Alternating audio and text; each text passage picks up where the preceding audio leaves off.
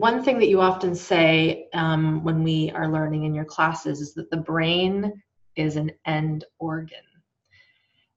Yep. And I think, to unpack that, we often say mental illness, mental health, people think of the brain. And of course, the brain is important. But when you hear that, or when you teach that to your students or people, what do you mean by the brain is an end organ?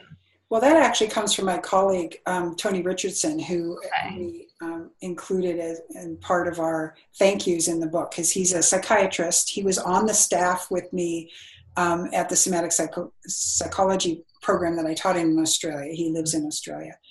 And even as a psychiatrist, that's how he holds it from he's a somatic therapist, a Buddhist, and it's all kind of mixed in together in the work that he does with his patients, and teaches at the one of the medical schools in Sydney, budding psychiatrist, which is so encouraging to me. No teaching them. And that was the way he put it, is that he really thinks of the brain as an end organ. Our culture says the brain is in charge. And we operate as if that's just simply true, and it's the one giving instructions to everybody else in here, including to a degree the personality.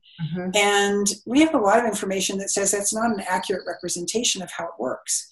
We know from interoception, for example, which is the body's perception of its mostly internal, but its experience of the external world, that informs us about how we are and even who we are, is how I would put it.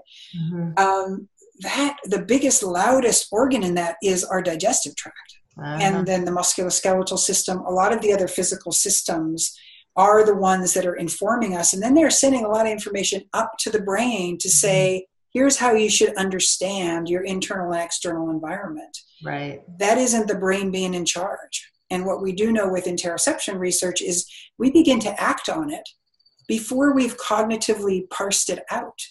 So one of the common ones that we would use an example with interoception is what's referred to as the predictive use of interoception. And for most of us, there would be things like, I think I'm getting a cold.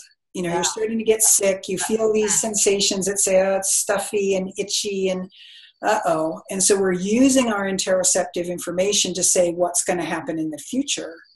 Well, we do that with things like safety, with other people's intentions. I feel this thing inside, and so that person must mean this towards me, or I wouldn't be feeling this way.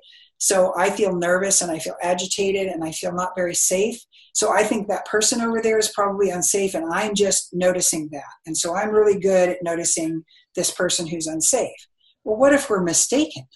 Right. What if it's us feeling nervous? What if it's us somehow having a bad day about our environment, and now we're making all this meaning about it? That's not happening up in our brain.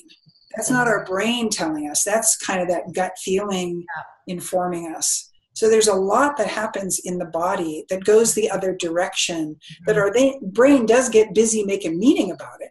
So our cortex is up there happy to say, it's that person over there that's unsafe. It's because I ate that thing that I'm having an allergic reaction to. It's because I'm in this environment and this isn't a known place to me, and so I'm unsafe. We're making lots of meaning about stuff based on information that's not coming from the brain.